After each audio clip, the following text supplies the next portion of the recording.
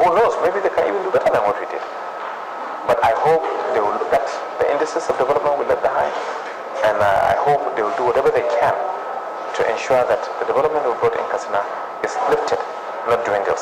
It doesn't slow down. For example, the issue of free education. I have introduced free education since 2008, and our schools are full to brim because people are taking their children. We established 34 girl child primary schools in Katsina. Before I came, there was no girl child primary school. We established a girl child education department, special advisor. I introduced the payment of WIDE and NEPO and examination fees for our children in the schools, and I doubled the scholarship. And these are programs that our people certainly were required to continue. So it's left with income administration to decide how they want to move. But whatever way they want to move, at the back of the mind of the income, I believe should be service to the people of Katsina State. You talked about education and healthcare and all of that, and at the award ceremony this evening, they talked about all of the facilities that you put in place, the roads, the government house and things like that. Politicians like to talk about having given dividends of democracy in terms of the physical infrastructure that they have bequeathed to the people. Should physical infrastructure be the only dividends of democracy that a government talks about? What about the intangibles like values, patriotism, sense of pride, and so forth? Why don't most governments focus on those? Oh, in Katsina, that I know, we focus on that. We're focused on the values of the people, on patriotism to our nation, patriotism to our state. We focused on growth and development not only of infrastructure, but educational opportunities for our kids. We talk on creating economic opportunities and advantages for our people.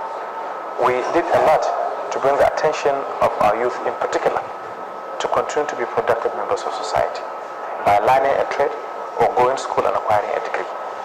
And these have helped in no small measure in putting Katsina on the path of the progress it has found itself today. And we have a very vibrant civil service structure. We have to equally encourage a civil service force at all levels, especially at the state levels, to pay attention to their responsibility as civil servants of a given state or the nation. When they do what is right, when they obey all the rules and regulations, and when they go out to do their responsibility according to what is placed on their shoulders, this nation can move forward. But politicians must work in tandem with the existing structures of government, and they must, it's just this whole governance business. You have two options. You either do what is right, and that's what we did in Katsina, or you simply do what is popular. And what's popular may not necessarily be right. So if you choose the other one against you choose, let's say you want to be popular, yeah, you could be popular. Popularity will mean, sharing money. If you like, cooking a bar in the east, or amala in the southwest, or tour in the north, and put it on the table of the person, and putting money in his pocket, and then giving him whatever he wants just as an individual. Like I said, building institutions is the way to go, rather than concentrating on stipends to people. That cannot help us. That cannot help this nation to grow. And I fundamentally believe that we must pay serious attention to all these things we mentioned, not only infrastructure development, but our attitude as a people is appreciate good things. For example, this award that is given to me, I commend the Sun newspaper tremendously, for the simple reason that it's an award given to me as I'm going out of governance, not coming in. Yep. Sun is not looking for any contract from Ibrahim Sheba as governor of Katsina State. Sun is not looking for any favors from me. But Sun decided to introduce this maiden award, and I happen to be the first recipient, simply because they believe in setting up integrity and standard and encouragement for performance. Because a lot of us in governance, let me tell you what part of the major problem that everybody is facing. You work and work and work. When you become an officer of government, a governor or president or whatever, one of the major challenges you face, your health is at risk. Your family life is at risk. Your honor and integrity is at risk. Everything is on the line. And that is the job you face. And after you finish, no matter how hard you try, no matter how much you work, you leave if you're not careful with the feeling that there is no appreciation whatsoever for for the effort to put in place. So this is an elixir. This is a tonic that will encourage people, who are out there, who are doing their best. In fact, at a stage you start to think whether in Nigeria, quality is not appreciated. Goodness is not appreciated. Leadership with vision is not appreciated. You start to have that kind of feeling. But I thank God that the Sun newspaper has deemed it fit to lead the path, to start the process of encouraging quality performance. And I can tell you, from this award, a lot of governors will do their level best. In fact, people in government, not just governors, people in government will do their level best to ensure that at least, they do whatever they can to deliver service to their people, because there are organizations out there that are responsible enough to identify and recognize service.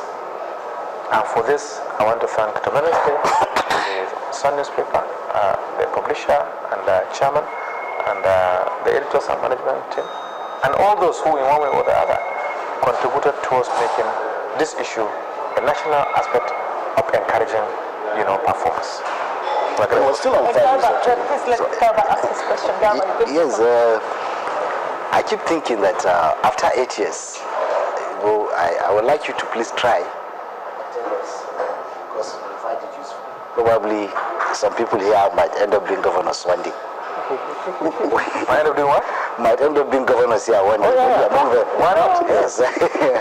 I want to know, what did you find about governance and people that shocked you? What?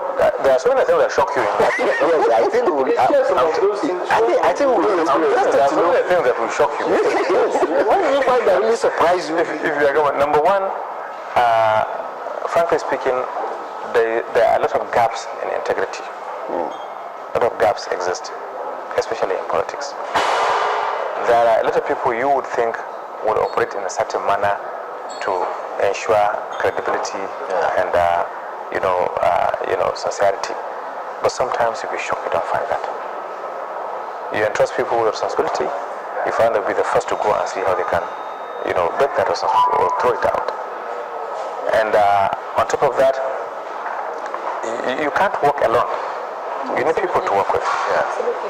So unless the machinery that is working with you is thinking in the same direction with you, you'll be working, in the easterly direction, somebody will be working toward the westerly direction. That means you never meet. Your part. You keep going in opposite directions. So that creates a lot of problems. Okay. And then of course there's the issue of resources. Available resources are not adequate enough to do a lot of things you want to do. So it's even worse when the resources are not applied for the purpose they are meant to be applied for. When the resources are simply targeted by the political class, simply to share. Is the worst for it. For example, now for 8 years running, since I became governor, my state of Katsina and our administration in Katsina people are hearing me, they can say if it is not correct, clearly, I'm saying it clearly on television now, that we have never ever failed to pay our salaries to our government workers and local government assembly for the past 8 years, 22nd, 23rd, maximum 24th of each month. Never ever. Every worker in Katsina receives a salary promptly, 22nd of the month, oftentimes. If weekend crosses, so public holiday, maximum 24th. And we've been doing that for 8 years without failure. Last month, 22nd, 23rd, we paid our salaries in Nigeria. Local government paid their salaries and state government paid their salaries. We paid our monthly pensions to pensioners and gratuity for the months of April and for all the months since I started job in this state. And on top of that, every project we have done to date, I have never borrowed one kobo from anywhere local for it. Those who say, there are those who want to rush and say, that Katsina is owing to the management office. The management office data, we have questioned it. There are debts, bilateral and bilateral debts, some were even owed since 1965. And you can tell me, why was that in 1965? Why the hell should anybody come and tell me about debt owed by 1965? And besides, the federal government do direct deduction from the accounts of Katsina to service those debts. And we even raised objections. We sent auditors to go and check and found that we have been over-deducted. The so-called $70 million they say Katsina is owing is a sham. Because look, I don't believe we are owing that money. When I send people to go and investigate, I wrote the Honorable Minister of Finance